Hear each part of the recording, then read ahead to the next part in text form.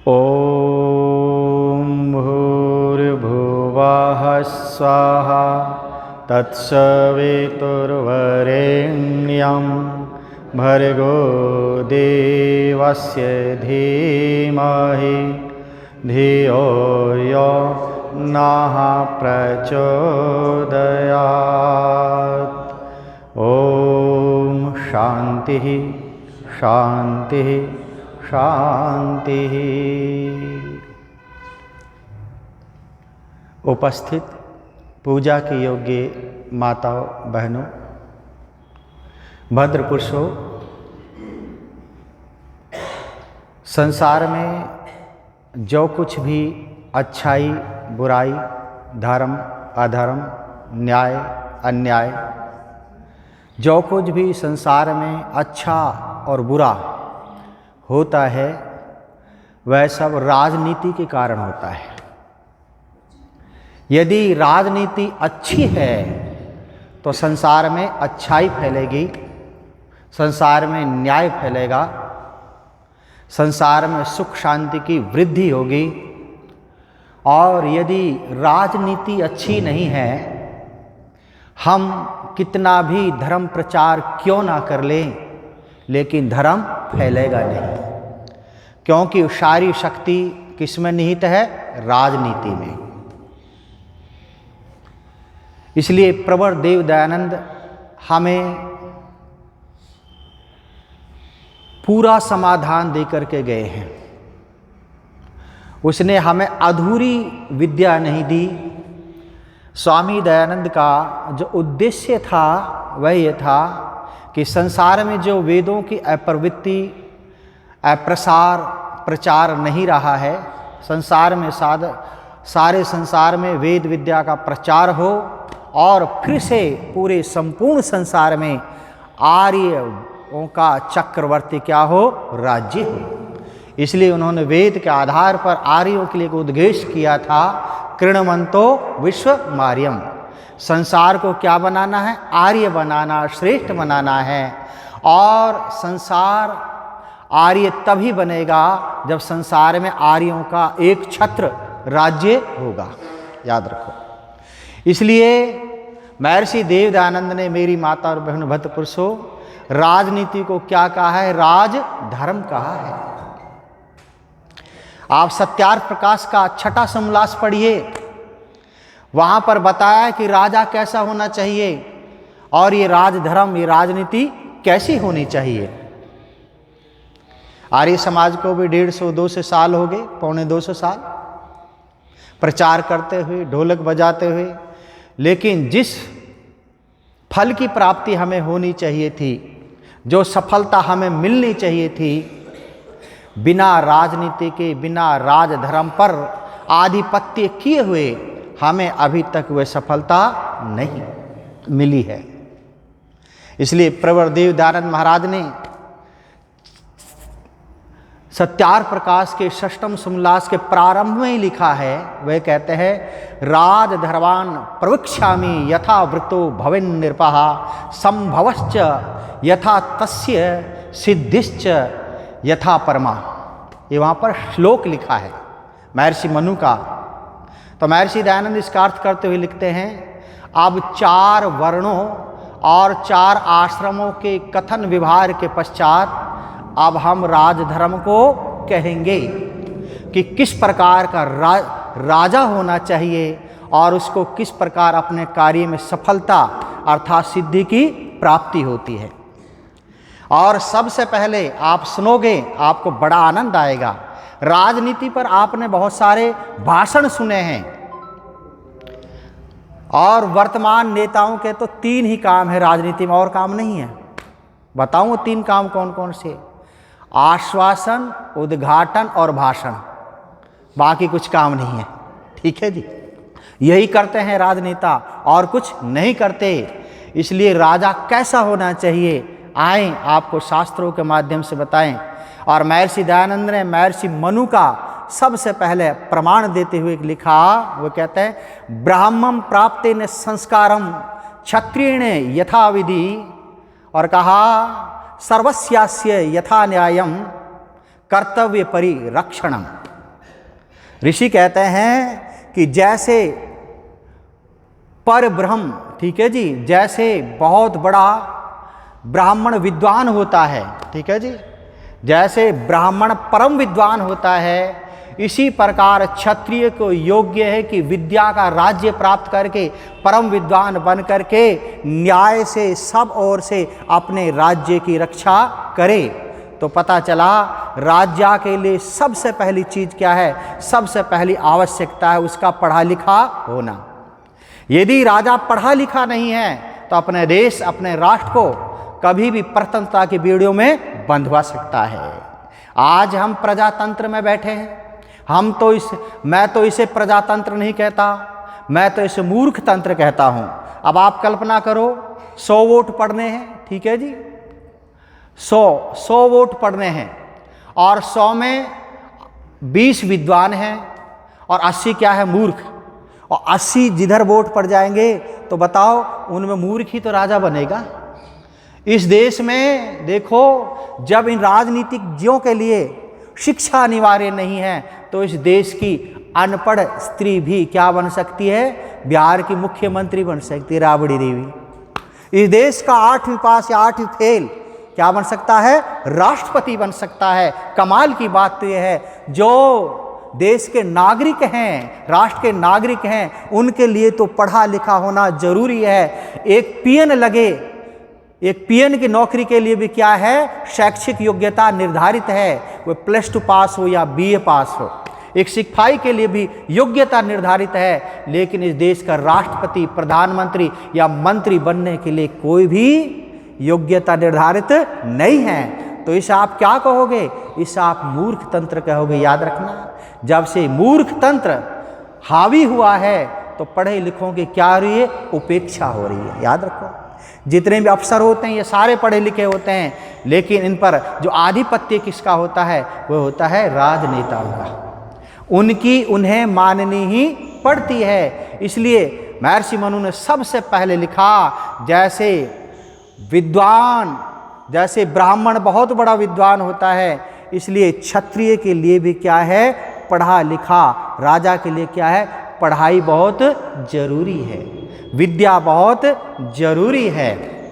इसलिए मेरी माता और बहनों, भक्त पुरुषों, ऋग्वेद में बहुत सुंदर वर्णन आया कि राजा कैसा हो। तो वहां पर बताया, त्रीणी राजा विदते पुरूणी विश्वानी भूषता सदांसी। तो वहां पर राजा के लिए उपदेश है, राजा नहा, राजा और प्रजा के पुरुष मिलके विदते सुख प्राप्ति विज्ञान कारक प्रजा और राजा संबंधी व्यवहार में। और फिर कहा, सभी को स्वातंत्र्य, धर्म, सुशिक्षा, धन आदि से अलंकृत करें। ऐसा क्या हो, राजा हो। तो वहां पर बताया कि राजा का कर्तव्य है कि राज्य में ऐश्वर्य लाए, उसके दिमाग में ऐसी ऐसी योजनाएं हों कि देश की GDP आगे से आगे बढ़े, राष्ट्र में कोई निर्धन ना रहे, राष्ट्र में कोई दरिद्र ना रहे। ऐसी योजनाएं राजा के मस्तिष्क में होनी चाहिए।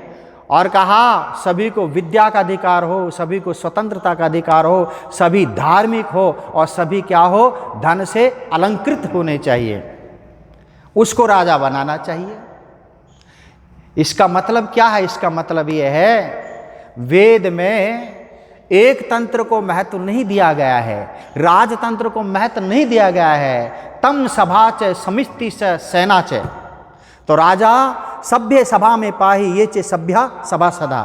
ये मैंने अथर्ववेद के मंत्र आपके समक्ष बोले। राजा अपने सभा सदस्यों को आज्ञा दे कि हे सभासदों, तुम मेरी धर्म की राज्य व्यवस्था का क्या करो, पालन करो। तो एक को अधिकार नहीं देना चाहिए। तो वेद में क्या है, राजतंत्र का वर्णन है। यदि एक को राज्य का अधिकार दे दिया तो पता क्या होगा, स्वामी दयानंद लिखा भी है, देखो, राजा किसके अधीन हो, राजा सभा के अधीन हो, सभा किसके अधीन हो, राजा के अधीन हो, और सभा और राजा ये किसके अधीन हो, ये प्रजा के अधीन हो। यदि राजा भ्रष्ट है, मंत्री भ्रष्ट है, तो देश के नागरिकों को ये अधिकार होना चाहिए उन्हें वापस बुलाने का। अब हम एक बार जिस एमपी को या विधायक को चुन लेते हैं, अच्छा है या बुरा है, तो बताओ, अच्छा है तो 5 साल तक सुख भोगेंगे और यदि बुरा है तो 5 साल तक क्या भोगेंगे? दुख भोगेंगे, क्योंकि जनता के पास उसे वापस बुलाने का अधिकार नहीं है। इसलिए कहा जो सभा है वो राजा का अधीन हो, राजा सभा के अधीन हो, और सभा और राजा ये किसके अधीन हो? ये प्रजा के अधीन होने चाहिए। और यदि ऐसा ना हो तो फिर क्या होगा? तो वहाँ पर शतपथ ब्राह्मण का उदाहरण देते हुए प्रवर देव दयानंद महाराज लिखते हैं, राष्ट्र में वे विषाहंती तस्माद राष्ट्री विषम घातु कहा, विषमेव राष्ट्राद्याम करोति पुष्टम पशु मन्यते इति। वहाँ पर इस प्रकार का प्रमाण दिया सत्यार प्रकाश में शतपथ ब्राह्मण का। यदि एक को राज्य का अधिकार दे दिया तो क्या होता है? उसकी बहुत बड़ी हानि होती है। जिस प्रकार सिंह को खुले वन में अकेला छोड़ दो, वह बहुत सारे हृष्ट पुष्ट पशुओं को मार करके खा जाएगा। इसी प्रकार अकेले राजा को सारे अधिकार दे दिए जाएं तो वहाँ पर शब्द आया, श्रीमानों को लूट खसूट कर राजा खा जाएगा। अर्थात जो धन वैभवशाली लोग होंगे, जो व्यापारी लोग होंगे, उनका राजा क्या करेगा? शोषण करेगा। क्या वर्तमान में भी ऐसा नहीं होता? इस देश के कई मुख्यमंत्री जिनका कारोबार अच्छा चलता है, मेरा हिस्सा अपने व्यापार में डाल, नहीं तो तेरा व्यापार चलने नहीं दूंगा। बहुत से व्यापारी पंजाब से भी, ठीक है ने, कितनी अपनी फैक्ट्रियां शिफ्ट कर ली हरियाणा में, कहीं और राज्य मिलेगा जहां का मुख्यमंत्री ईमानदार नहीं होगा और व्यापारियों को और धनी लोगों को लूट खसोट करके खाएगा। इसलिए एक को कभी भी स्वतंत्र अधिकार नहीं देना चाहिए। इसका वर्णन कौन करता है? इसका वर्णन करता है वेद। और वेद में बहुत सुंदर मंत्र आते हैं राजा के विषय में, और कहा कि हमारा राजा ऐसा हो, कैसा? इंद्रो जयाति न पराजयाता अधि राजो राज सुराज यात ही चरकृत्य इड्यो वंदश्चोपसद्यो नमस्यो भवेहा नमस्यो भवेहा। कहा कि राजा कैसा हो? इंद्र। इंद्र के वैदिक साहित्य में बहुत सारे अर्थ होते हैं। इंद्र का अर्थ सूर्य भी होता है, इंद्र का अर्थ आत्मा भी होता है, इंद्र का अर्थ ऐश्वर्यशाली परमात्मा भी होता है, ठीक है। तो यहाँ पर इंद्र का अर्थ क्या है कि राजा कैसा हो? इंद्र हो, वो परम ऐश्वर्यशाली हो, वह देश को आर्थिक स्थिति से आगे बढ़ाने वाला हो। राजा कैसा हो? पराजयाता, ठीक है जी, जो शत्रुओं से कभी भी पराजित ना हो, शत्रुओं को क्या कर दे? पराजित कर दे। चरकृत्य, वो योग्य हो, ईड्य, वह प्रशंसनीय हो, और वह कैसा हो? शरण लेने योग्य हो, वो सत्कर्णीय हो, नमस्कार करने योग्य हो। कोई दुख में यदि शरण लेना चाहे तो धार्मिक राजा उसे क्या देगा? शरण देगा। इसलिए आप देखते नहीं, अब भी देखते हैं, बहुत से विदेश के लोग, बहुत से जिनको राज्य से बाहर निकाल दिया जाता है, दूसरे देशों में क्या लेते हैं? शरण लेते हैं। ये राजनीति की प्रथा अनादिकाल से चली आ रही है। तो मेरी माता और बहनों, भद्र पुरुषों, आगे राजा का वर्णन करते हुए महर्षि मनु ने बहुत सुंदर लिखा हुआ, कहते हैं, इंद्रा निलय यमरकाणाम अग्नेश्चे वरुणश्चे च चंद्रविते शयोश्चैव मात्रा हृत्य शाश्वती। कहा कि जो राजा में पहला गुण, जैसा कि मैंने अभी बताया था, इंद्र का हो, ठीक है जी, वो देश को आर्थिक स्थिति से क्या बढ़ाए? आगे बढ़ाता चले। और फिर दूसरा गुण बताया अनिल। अनिल कहते हैं वायु को। जिस प्रकार वायु सभी जंतुओं के लिए प्रिय होती है, वायु के कारण हमें क्या मिलता है? जीवन मिलता है। इसी प्रकार राजा ऐसा हो, राष्ट्र के प्रत्येक नागरिक को उसके द्वारा क्या मिले? जीवन मिले। राष्ट्र के किसी भी नागरिक का क्या ना हो? शोषण ना हो। इंद्रा नील, फिर का यम। यम का मतलब है वह न्यायकारी हो, सबके साथ न्याय करे। और न्याय किसे कहते हैं? चाहे अपना पुत्र हो, अपना बंधु हो, या कोई और साधारण नागरिक हो, सबके साथ क्या करना है? समान न्याय करना है। इस देश में ऐसे से राजा हुए हैं, यदि उनके बेटे ने अपराध किया है तो अपने बेटे को भी फांसी की सजा एक महारानी ने और कई राजाओं ने स्वयं सुनाई। यादव, क्योंकि राजा संविधान से बंधा हुआ होता है। जब राजा पक्षपात करेगा तो समाज में कभी भी न्याय की स्थापना नहीं हो सकती। इसलिए कहा राजा में यम का गुण होना चाहिए। ठीक है, राजा कैसा हो? न्यायकारी हो। और हमारे शास्त्रों में पता है दंड की व्यवस्था क्या लिखी है, आप पढ़ के देखिए। राजधर्म जहाँ से संसार के सारे कानून गए हैं वह है महर्षि का मनु शास्त्र। ठीक है, जितने भी संसार में संविधान बने हैं इनकी नकल है या इनका बिगड़ा हुआ अपभ्रंश रूप है। सबसे पहला संविधान महर्षि मनु ने बनाया। और वे कहते हैं न्याय किसे कहते हैं, आपको बता देते हैं। भारतीय संविधान आप पढ़ोगे, यदि देश के पीएम ने वो पाप कर्म किया है कोई, और वही पाप कर्म किया है राष्ट्रपति ने, तो दोनों को क्या मिलेगी? बराबर सजा। क्या मिलेगी? बराबर। तो इस बराबर को हमारे यहाँ क्या बोलते हैं? न्याय। लेकिन महर्षि मनु इसे न्याय नहीं बोलते, इसे क्या बोलता है? अन्याय। क्या बोलता है? वही दंड पीएम के लिए, वही दंड राष्ट्रपति के लिए, ये न्याय नहीं है, ये अन्याय है। तो महर्षि मनु कहते हैं जिस व्यक्ति ने समाज में जितना सम्मान अधिक प्राप्त किया है, यदि वो अपराध करता है तो दंड भी उसको उतना ही ज़्यादा मिलना चाहिए। यदि राजा अपराध करता है उसको 1000 गुना दंड मिलना चाहिए। यदि मंत्री अपराध करता है उसे 800 गुना दंड प्राप्त होना चाहिए। यदि उससे और कोई अन्याय करता है तो उसे 600 गुना। जिस व्यक्ति का स्तर जितना नीचा है उसको उतना ही कम दंड मिलना चाहिए, और जिस व्यक्ति का स्तर जितना ऊंचा है उसको उतना ही दंड अधिक मिलना चाहिए। अब आप कल्पना करो, एक व्यक्ति अरबों खरबों-पति है, यदि देश का जो जज है, और देखो यहाँ के जज ही निर्णय नहीं ले पा रहे। ठीक है जी, हिजाब के ऊपर एक कहता है इसमें हमारी धार्मिक स्वतंत्रता भंग होती है, प्रत्येक व्यक्ति को अपने धार्मिक रीति रिवाज मनाने का तरीका है। जिन्होंने धर्म को या धर्म का रूप दे रखा हो उनकी हम बात क्या कर सकते हैं। ठीक है जी, वो निर्णय ही नहीं दे पाए।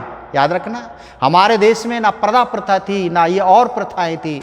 हमारे यहाँ तो केवल सर तक चुन्नी हुआ करती थी, और सभी माता और बहनों को सभी क्षेत्रों में क्या था? पूर्ण विद्या प्राप्त करने का क्या है? अधिकार है।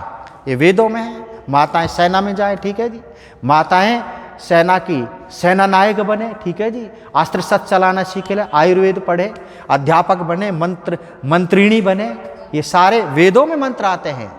तो मेरी माता और बहनों, भक्त पुरुषों, तो मैं आपको बता रहा था जिसके ज्ञान का विवेक जितना ऊंचा है और जितने ज़्यादा पद पर बैठा हुआ है उसको दंड भी उतना अधिक ही मिलता था।